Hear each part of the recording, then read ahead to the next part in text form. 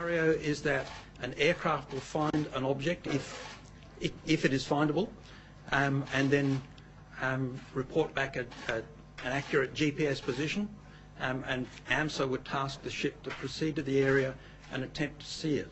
That would be our first chance to get a close-up look at whatever the objects might be, and progressively advance the identification of whether they're associated with this search or not. When was the satellite imagery actually captured? Do you know what time, what day? We were provided it from the Australian AGO this morning, but I might ask Air Commodore McGarry to speak about the imagery. So the imagery has been progressively captured by satellites passing over various areas. The task of analysing imagery is quite difficult. It requires drawing down frames and going through frame by frame. The moment that this imagery was discovered to reveal a possible object that might indicate a debris field, we have passed the information from Defence across to AMSA for their action. AGO are the nation's foremost experts on this kind of stuff. Is it fair to say that if they've had a look at it and believe that it is credibly debris from the plane, that we can sort of draw conclusions from that there's a fair chance that it is?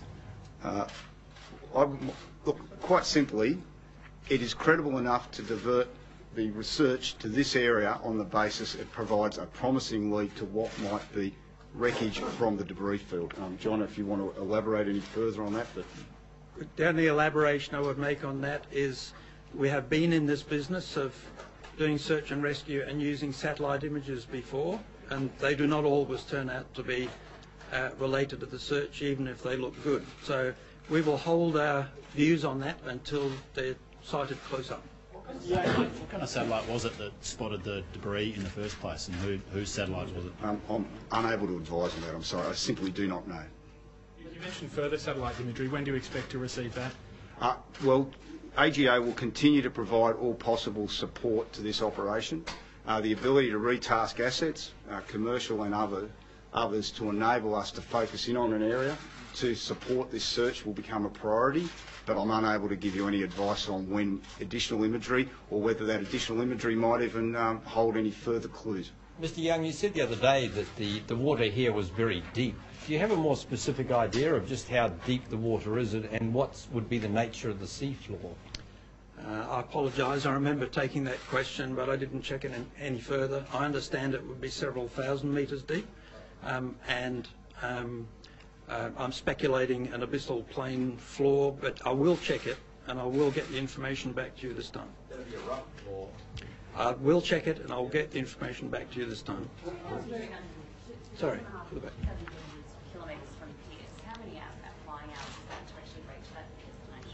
So that area is now 4 hours, approximately 4 hours flying time for the P3, and it enables us to spend approximately 2 hours, or a little bit more perhaps, on station once we get into the search area. So how much fuel have they got to stay over that area? Well, it's 2 hours of endurance once we're on station, so it's 2 hours of search time that we can devote. I can't give you how many pounds or gallons of fuel that might equate to. Mr. Young, what would your advice be to the families who've been waiting for 12 days for news of this plane? I would advise that AMSA is doing its level best to find anyone that may have survived, if indeed the aircraft came into the southern corridor, and if indeed these objects sighted by satellite are associated with the aircraft. That will put us into a more accurate search area than the one we have at the moment. This operation is trying to find a needle in a haystack. Is it surprising that you've detected these objects so soon in this search? I don't want to draw too many conclusions from this. We have two separate forms of analysis here. You might recall on the slide here the two yellow arrows pointing to analysis done by the United States National Transportation Safety Board about the movements of the aircraft. That has focused searching, and we have now seen satellite imagery of two objects, or a number of objects there.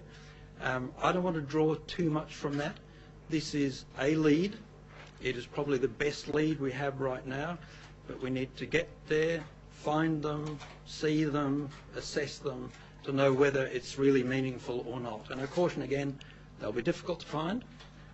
They may not be located, associated with the aircraft, and we have plenty of experience of that in other searches. Has this sparked a flood of further assistance offers to Australia now that this information's been